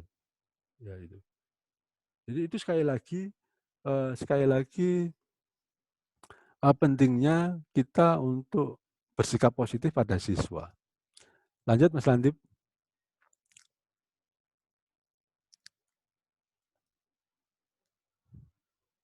Nah, salah satu dari proses feedback itu memberikan umpan balik ya. Itu mungkin umpan baliknya juga saya lagi sifatnya harus positif gitu ya. Tandanya positif itu artinya tidak mengevaluasi secara negatif, secara berlebihan gitu ya. Ya kita tahu lah misalkan kalau kita ngomong bahwa weleke gitu ya, atau jeleknya itu ya. Misalkan kita juga ngomong, lebih baik kita ngomong bahwa sudah cukup bagus, cuman akan lebih bagus lagi ditambah ini, atau ininya dikurangi dan seterusnya gitu ya. Jadi cara-caranya yang positif. Kedua, caranya juga agak detail gitu ya. Detail dalam arti kita tidak boleh memberikan feedback secara umum. Ya sudah baguslah, bisa ditingkatkan. Nah itu mungkin tidak akan memberikan makna bagi siswa gitu ya. Siswa itu akan bermakna ketika dia ditunjukkan secara spesifik, oh ini adalah bagian dari perencanaanmu yang soal jadwalnya yang perlu mungkin dicocokkan dengan kegiatan sekolah misalkan. Itu akan lebih berarti karena kita menunjukkan perhatian yang positif pada perencanaan mereka. Misalkan seperti itu. Jadi intinya ya berikanlah pujian atau feedback yang positif dan konkret. Ya.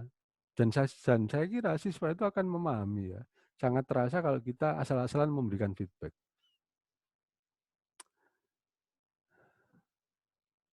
Lanjut Mas Lantip. Nah ini lanjut aja. Lanjut. Nah, strategi-strategi yang bisa kita tentukan pada prinsipnya adalah kita melibatkan remaja itu dalam perencanaan ya, bahkan dalam aktivitas gitu ya. Jadi kita melibatkan remaja ini, Bapak misalkan kalau dalam satu kegiatan olahraga, aktivitasnya itu dipaskan dengan pelajaran olahraga di lapangan misalkan. Nah, remaja itu bisa diminta untuk misalkan untuk mengajarkan satu kompetensi sosial tertentu, misalkan bekerja sama ya. Kita bisa aja menyampaikan ke kelas yang olahraga bahwa di sesi kita mata pelajaran olahraga kali ini kita akan melakukan simulasi latih tanding bola voli misalkan. Nah, siapa yang mau masang netnya, siapa yang mau mompa bolanya, siapa yang mau membersihkan lapangannya dan seterusnya. Yang intinya bahwa kalau kita mulai melakukan sesuatu secara bersama-sama, maka kita siapkan sama-sama gitu ya. Nah, itu contoh-contoh bagaimana melibatkan siswa. Kemudian juga belajar tidak hanya secara konseptual, lalu juga bisa secara interaktif dengan mengangkat topik-topik pengalaman yang dialami remaja. Nah, pengalaman yang kita pelajari atau yang disampaikan remaja itu tidak hanya kita terima secara apa adanya, tetapi juga kita bisa jadikan bahan untuk belajar dengan melakukan refleksi, ya, nyari hal-hal yang sifatnya penting, atau kemudian bersifat evaluasi, apa yang bisa diberi masukan positif. Nah, yang terakhir mungkin tipe pembelajaran harus kolaboratif, artinya kita tidak perlu jadi, atau guru tidak perlu menjadi narasumber satu-satunya.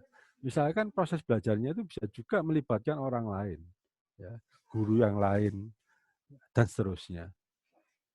Lanjut Mas Lantip. Nah, ini contoh bagaimana kita memberi feedback ya, yang positif maksud saya. Selain menghindari kata-kata yang negatif, ya, bodoh, tidak tahu, dungu dan seterusnya, kita mungkin perlu menggunakan frasa-frasa yang sifatnya kata kerja yang aktif gitu ya. Ya. Dan dipakai predikat yang positif. Jadi misalkan saya merasa Anda sudah cukup bagus gitu pada aspek ini dan saya berharap untuk pertemuan lusa atau minggu depan Anda mungkin perlu melatih kemampuan untuk servis kalau bidang olahraga voli misalkan. Atau nanti di pertemuan minggu depan saya kira Anda sudah cukup kompeten untuk memukul bola dari belakang, tinggal besok kita latihan blok misalkan. Mungkin ya Bu ya. Atau kalau pelajaran matematika ya coba saya kira cukup memahami, cuman mungkin kurang latihan misalkan gitu ya. Jadi feedback seperti itulah yang nanti saya kira sifatnya positif dan akan membuat orang meskipun dia gagal atau tidak berhasil, tapi dia tidak trauma dan tidak berhenti untuk belajar hal-hal yang sifatnya positif. Saya kira materi kita yang kedua ini juga sifatnya tidak terlalu umum. Sebenarnya harusnya kita coba mempraktekkan gitu ya. Cuman saya kira kita mungkin butuh waktu yang lain dan kita kembangkan sedikit dari kemampuan tenaga itu melalui tanya jawab.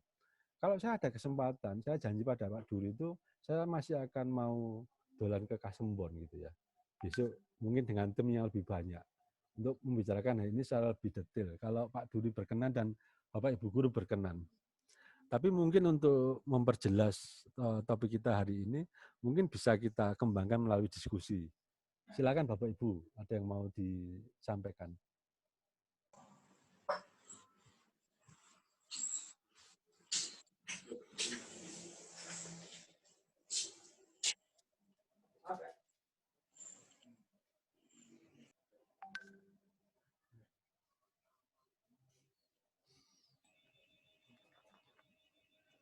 Monggo Bapak dan Ibu sekalian.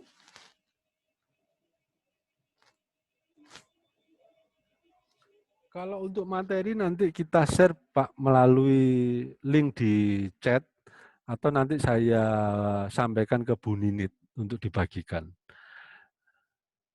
Nah, ini juga saya ada Pak Yasin yang mau menanyakan, misalkan ada anak yang ya nakal gitu ya, kemudian karena diasuh oleh neneknya dan neneknya itu terus menuruti, memanja gitu ya, sehingga anak ini cenderung tidak tahu aturan dan tidak secara sosial itu tidak bisa diterima dan selalu oleh neneknya itu dibela dan dianggap benar meskipun salah. Kemudian dia karena sama neneknya seperti itu kan terus, maka anak ini kemudian sampai tidak mau sama orang tuanya. Nah, ini saya kira juga bisa kita pahami dari prinsip piramida Maslow itu ya. Jadi kalau anak ini lebih mau sama neneknya, itu saya kira wajar karena neneknya ini memberikan banyak hal positif bagi anak itu. Bahkan kalau di cerita ini, anak itu bahkan kalau salah pun neneknya membela. Ya. Nah, misalkan kalau orang tua itu mau anak ini bisa kembali ikut orang tuanya, lebih ikut orang tuanya daripada neneknya, masalahnya adalah orang tua ini harus bisa melebihi sikap neneknya supaya anak ini mau dibujuk sama orang tuanya. Jadi lebih tidak menyalahkan meskipun salah. Lebih bela, kalaupun salah, lebih bela orang tuanya daripada neneknya. Nah, itu kan jadi masalah nanti. Nah, tapi kalau kita mau sampai anak ini kemudian diceritakan, dibawa ke ahli, biasanya sama para ahli itu atau orang psikiater, psikolog, anak ini diamati dulu pola perilakunya biasanya. Jadi sebelum dia dicarikan cara untuk dia dalam tanda petik di treatment gitu ya. Nah, biasanya kita harus memahami sebenarnya pola perilakunya anak ini seperti apa, logika-logika yang dibangun oleh anak ini dalam berperilaku seperti apa. Ya, jadi misalkan anak itu kemudian enggak tahu salah karena selalu dibela neneknya. Nah, kita harus bekerja sama dengan neneknya. Kalau memang neneknya itu kemudian paham bahwa anak ini akan bermasalah, karena kalau seperti itu terus maka neneknya harus diyakinkan bahwa besok-besok ketika nenek itu sudah meninggal, maka anak ini bisa jadi tidak diterima atau mengalami gangguan oleh lingkungannya. Nah, ketika dia mau, maka untuk mengubah juga tidak mudah, karena anak kecil kan tidak bisa dikasih tahu seperti orang tua. Maka perlu waktu untuk mengamati, misalnya kalau di sekolah gitu ya. Nah, kalau di sekolah misalkan dia untuk mengajarkan dia bahwa dia perlu belajar menerima kekurangannya dia, misalkan. Dia bisa aja dicoba untuk misalkan maju di kelas, kemudian ketika waktunya dia tidak benar, maka guru menyampaikan bahwa jawabanmu itu benar, tapi yang ini salah, gitu ya. Nah, proses-proses seperti itu sebenarnya proses untuk memaksa orang belajar bahwa dia bisa salah, gitu. Nah, itu contoh-contoh. Nah, tapi ketika dia dinyatakan bisa salah, tapi caranya tidak membuat anak itu kemudian menolak, misalkan dengan dimarahi. Artinya dia bisa disalahkan tapi tetap merasa nyaman gitu ya. Jadi menyampaikannya itu dengan baik. Nah, harapan kita sebenarnya kalau dari cerita, bahkan ketika salah neneknya membela, itu kan seolah-olah bahwa kalau anak itu salah, neneknya harusnya tidak membela. Kenapa neneknya membela? Karena nenek itu mungkin kasihan anaknya disalahkan, cucunya disalahkan. Nah, nenek dan anak itu akan belajar ketika kita sebagai orang guru atau sekolah atau pihak lain yang menunjukkan perilaku bahwa yang namanya salah itu biasa dan tidak perlu disalahkan secara negatif.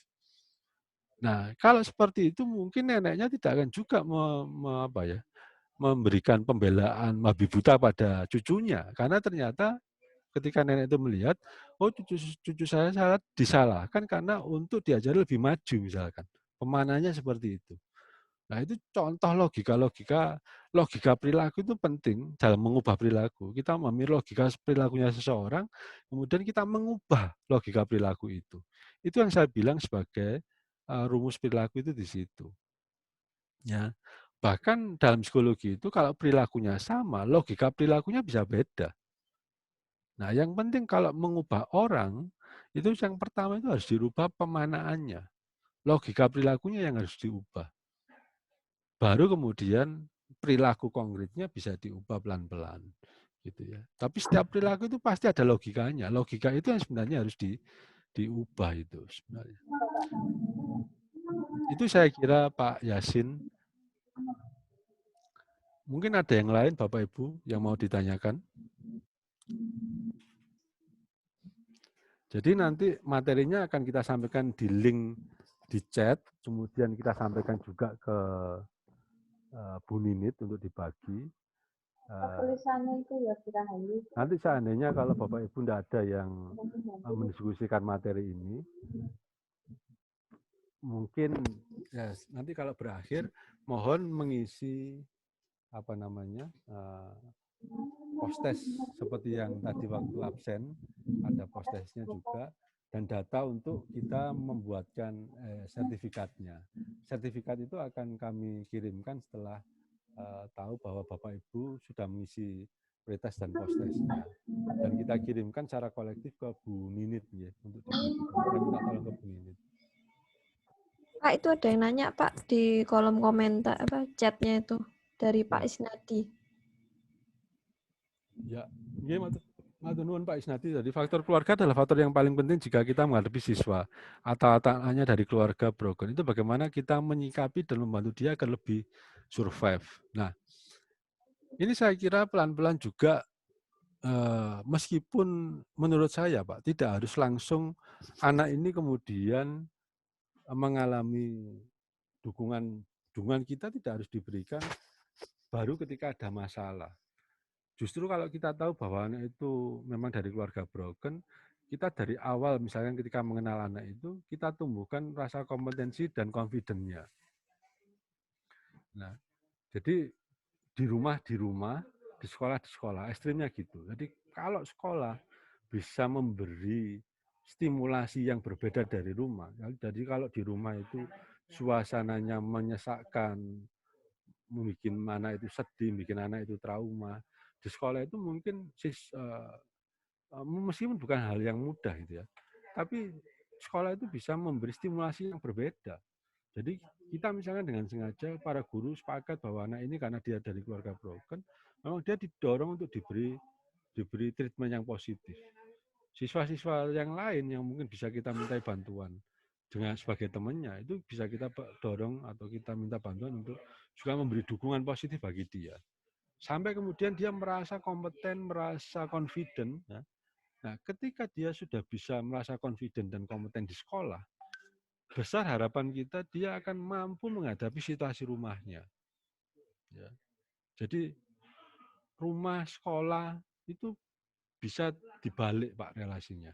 Artinya penting mana sekolah atau rumah?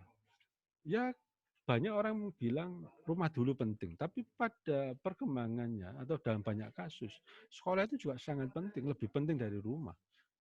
Terutama ketika anak sudah mulai menginjak masa remaja awal, mulai kelas 5, kelas 6. Makanya orang tua biasanya itu mengeluh bahwa anaknya ketika dia sudah rajin sekolah di kelas 5, 6 sampai SMA itu lebih percaya gurunya daripada bapaknya atau lebih percaya temannya daripada ibunya. Itu menunjukkan bahwa sekolah itu sangat penting. Dan kedua logikanya, kalau sekolah itu bisa bersikap positif, sekolah akan menjadi tempat dalam tanda petik ya, suaka atau pelarian dari anak itu dari kondisi rumah yang tidak bagus. Karena saya yakin memang idealnya penyelesaian untuk anak ini adalah di rumah dan di sekolah. Tapi realitasnya adalah kita mungkin tidak punya kemampuan untuk menyelesaikan masalah rumahnya, maka biarlah sekolah menjadi suaka bagi anak ini dalam kehidupannya, jadi 8 jam sehari, selama dia masa remaja, itu menikmati suasana yang positif di sekolah. Semampunya Pak, karena saya tahu sekolah itu juga sangat berat, termasuk peran guru itu sangat berat. Jadi jangan sampai ada komentar, aduh Pak, saya menyelesaikan tugas capaian kompetensi kurikulum saja sudah payah, apalagi kalau diminta berpikir tentang anak-anak yang bermasalah. Nah, itu yang saya kira sebenarnya penting untuk kita pikirkan supaya tidak hanya menjadi tugas misalkan guru wali kelas saja, guru BK saja, ya. Tapi kalau bisa memang atmosfer sekolah itu kalau positif, membuat anak merasa kemudian punya kompetensi dan punya konfidensi, maka remaja seperti itu umumnya punya kepercayaan diri untuk menghadapi masalah-masalah dirinya. Satu. Kedua, sekolah bisa memiliki SOP, Bapak Ibu sekalian, dengan bekerja sama dengan lembaga terkait, misalkan dengan psikolog, dengan psikiater, atau lembaga psikologi tertentu, yang membuat SOP yang disampaikan juga ke siswa bahwa jika seandainya ada problem-problem psikis yang dialami siswa atau guru, maka sekolah mendukung atau memberi rekomendasi terhadap lembaga tertentu, psikolog tertentu, atau psikiater tertentu. Nah, itu yang kita sebut kalau dalam teori kesehatan mental disebut dengan helping behavior. Jadi kita ngajarkan pada orang, berarti kalau Anda punya masalah, tidak harus menyelesaikan masalahmu sendiri, tapi lakukan ini. Ya, itu yang disepakati, itu bisa juga. Jadi dua hal itu yang saya kira, selain hal-hal yang lain yang belum saya pikirkan, mungkin bisa dicoba, Pak Ismadi.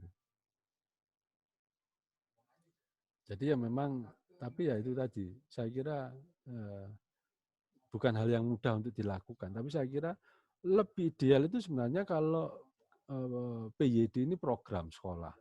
Jadi program itu tidak hanya aktivitasnya, tapi juga kita menata organisasi sekolah, menata suasana sekolah, menata SOP, proses unit sekolah itu supaya lebih positif. Tapi kalau enggak, ya dicoba secara temporary gitu ya, masing-masing kita. Jadi kalau sebagai guru kelas gini, sebagai BK begini. Tapi intinya itu ada semangat untuk mempraktekkan PRP ini.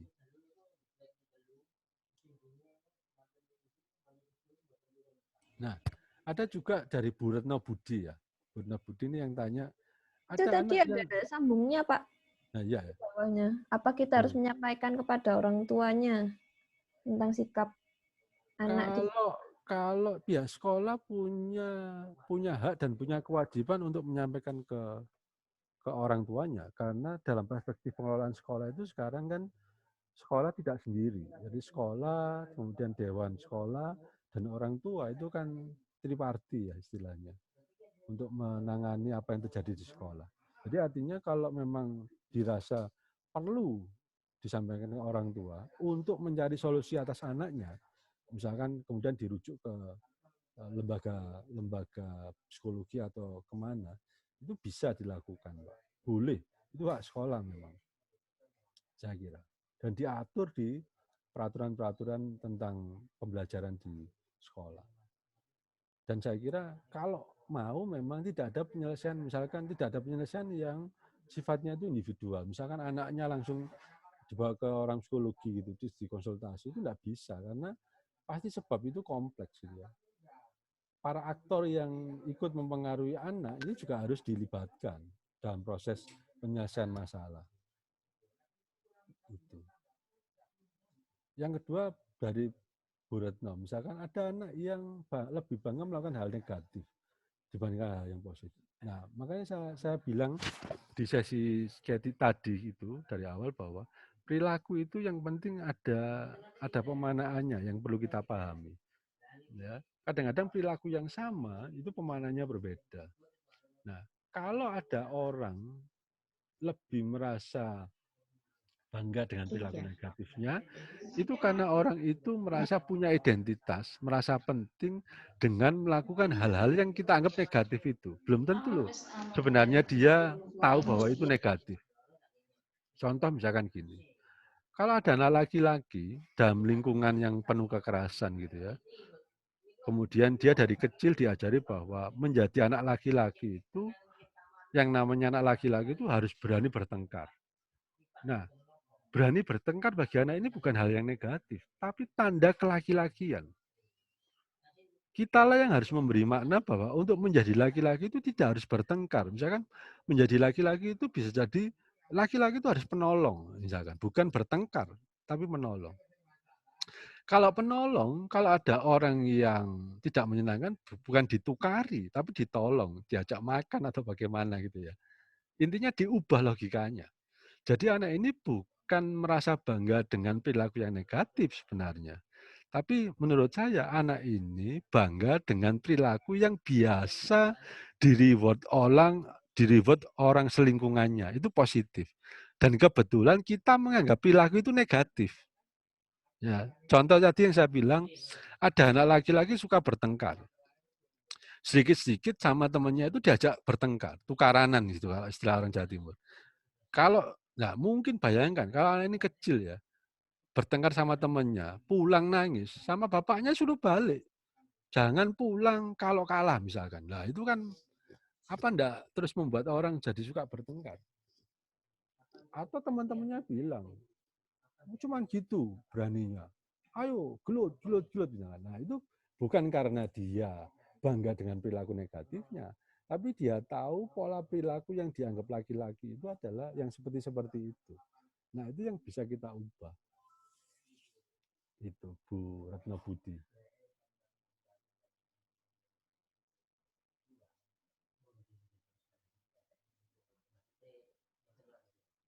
Ada yang tanya Bu Pak Isnadi itu bahwa ada anak yang lebih baik karena dihukum, akan bisa mencapai hal yang lebih baik jika dia dikasih hukuman. Nah,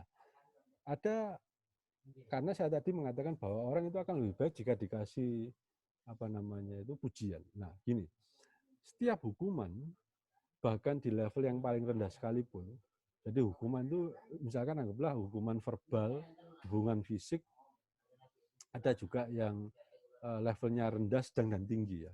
Bahkan hukuman yang paling psikologis pun dalam kadar yang paling rendah itu sebenarnya negatif. Dan orang kalau lebih baik setelah dihukum, itu berarti dia lebih baik karena takut. Bukan karena sadar. Karena menghukum itu sebenarnya tujuannya kan membuat orang takut sebenarnya. Nah, apakah orang yang bisa berkembang lebih baik karena takut? Itu perkembangan yang kita harapkan. Nah, kalau orang itu kemudian mengambil pola perilakunya seperti itu, maka besok untuk lebih baik, takutnya adalah orang ini perlu ditakut-takuti dulu untuk lebih baik. Saya kira kita sepakat bahwa cara mendidik seperti itu mungkin kalaupun perlu dilakukan itu opsi yang paling terakhir gitu ya. Karena setiap hukuman seringan dan serendah apapun hukumannya itu pasti menimbulkan trauma. Dan trauma itu selalu menimbulkan dampak psikis dalam kurun waktu yang panjang yang sifatnya negatif. Ya, mimpi buruk dan seterusnya dan seterusnya. Saya kira itu Pak Isnadi.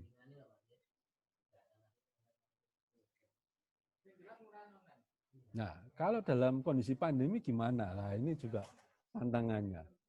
Ya, kalau dalam kondisi pandemi, guru itu sudah pusing dengan tugasnya ya, dengan pakai datanya sudah pusing. Lah ya apa iso ngelemuri itu, pusing dengan dirinya sendiri. Ya, itulah pahalanya jadi guru itu ya. Jadi meskipun kita itu tidak mengalami banyak kesulitan, tapi kalau pujian itu disampaikan secara tidak langsung pun saya kira bisa. Cuman masalahnya memang semakin rumit karena setahu saya dengan kondisi kita tidak tatap muka di kelas ini, kasus-kasusnya itu macam-macam gitu ya. Kalau menurut saya memang tidak bisa kita berharap ideal gitu ya. Atau kita bisa titip sama orang tuanya, misalkan tolong dipuji misalkan. Jadi bukan hanya dari kita. Karena ada juga loh, saya nemukan ponakan saya itu misalkan, ini contoh konkret ya. Lihat pelajarannya di TVRI, dikerjakan segala macam gitu ya. Tapi kalau sudah main game enggak mau ngerjakan gitu ya. Itu jadi kalau selama pandemi ini memang lebih sulit lah gitu ya situasi kita. Tapi sesulit-sulitnya selama pandemi, puji aja Bu gitu ya. Puji apa Bapak? Puji saja Bapak Ibu. Minimal dalam situasi pandemi, kita tidak memberikan hal-hal yang membuat orang kepikiran. Jadi kalau kita memberikan feedback negatif pada siswa ya, yang pusing itu tidak hanya siswanya. Siswanya itu mungkin sebentar lupa setelah dimarahi.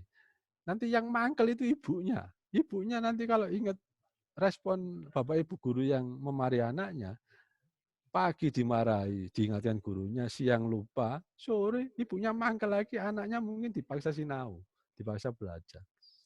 Nah, jadi saya kira memang ya ini dilematis situasinya, tapi saya kira tetap dengan prinsip lebih bagus dipuji lah gitu ya. Nanti setelah pandemi kita dandani lagi gitu ya. Kalau saya lihat jangankan teman-teman yang di sekolah SD, SMP, SMA, kita di perkuliahan pun sebenarnya sudah kesulitan dalam situasi seperti ini. Jadi kalau mau persentase ya mungkin hanya 30% lah dari target pembelajaran kita ya. Kalau kita di perguruan tinggi maksimal. Ya. Menurut saya mau 50% itu agak sulit lah. Karena mahasiswa kita itu ada di daerah-daerah yang mungkin sulit terjangkau internet dan seterusnya. Jadi saya kira situasi pandemi ini memang menarik, tapi saya kira tetap prinsipnya kita harus memberikan hal-hal yang positif gitu. Saya kira itu.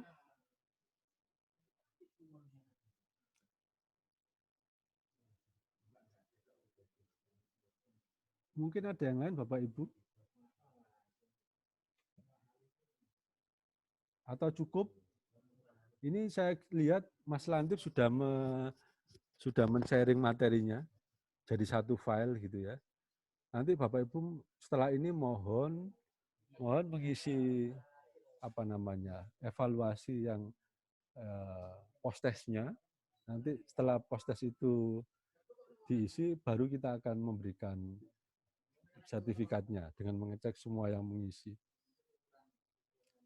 Bu Ninit mungkin ada yang mau disampaikan, Bu Ninit?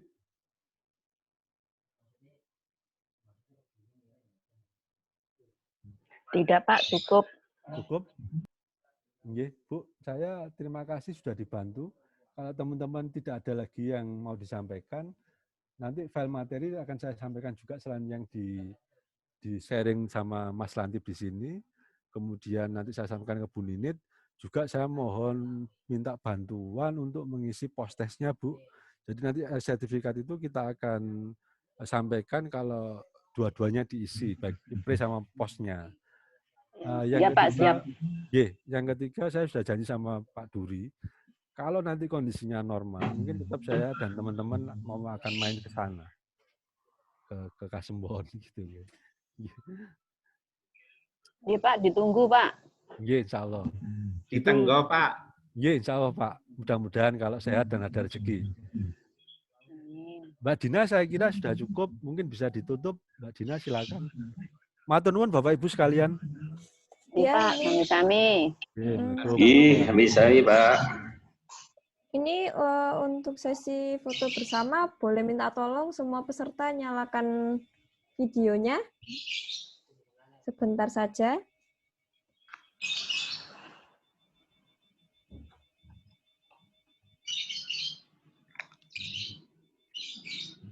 Nih.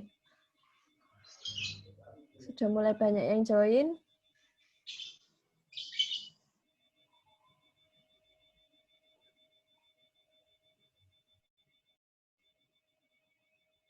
Gimana Mas Lantip, apa sudah bisa buat foto bersama? Oke, silakan yang belum boleh dihidupkan, Bapak Ibu. Kemudian, oke, Mbak Dina, tolong difoto mulai dari halaman 2 ya, saya yang halaman pertama. Oke. Sudah siap? Akan mulai saya foto 1, 2, 3, lihat kamera. Sebentar.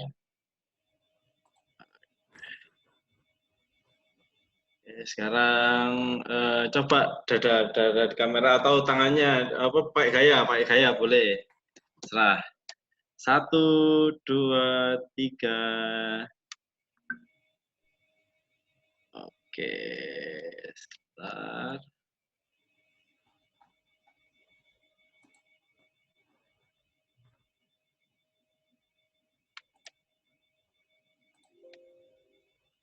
Siap. Sudah, Mbak Diana? Gimana? Apa mungkin tadi kayaknya saya lihat ada yang ini raise a hand, ada yang angkat tangan. Apa ada yang masih mau ditanyakan lagi, Bapak Ibu?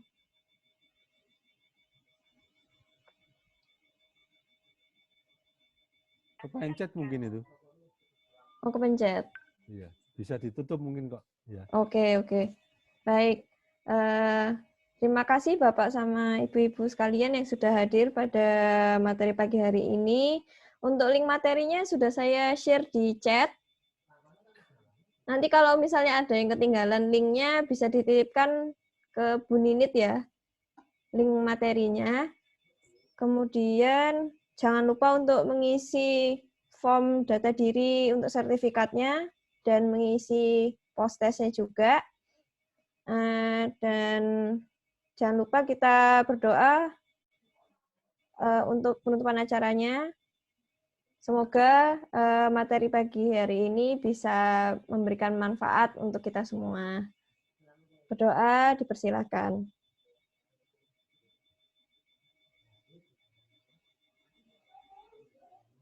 Ya, berdoa selesai.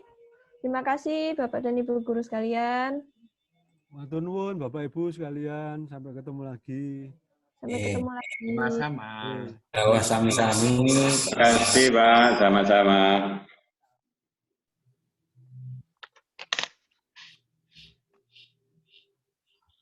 Siang, Pak Marin.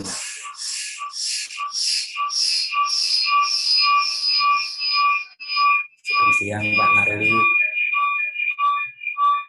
Selamat siang, Bapak. Sugeng Enjing Pak Adi.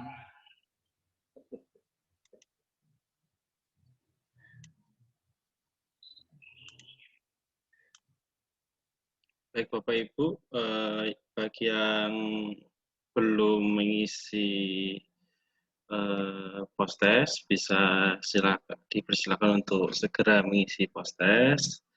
Bagi yang sudah bisa meninggalkan ruang Zoom ini. Terima kasih atas partisipasinya. Assalamualaikum warahmatullahi wabarakatuh.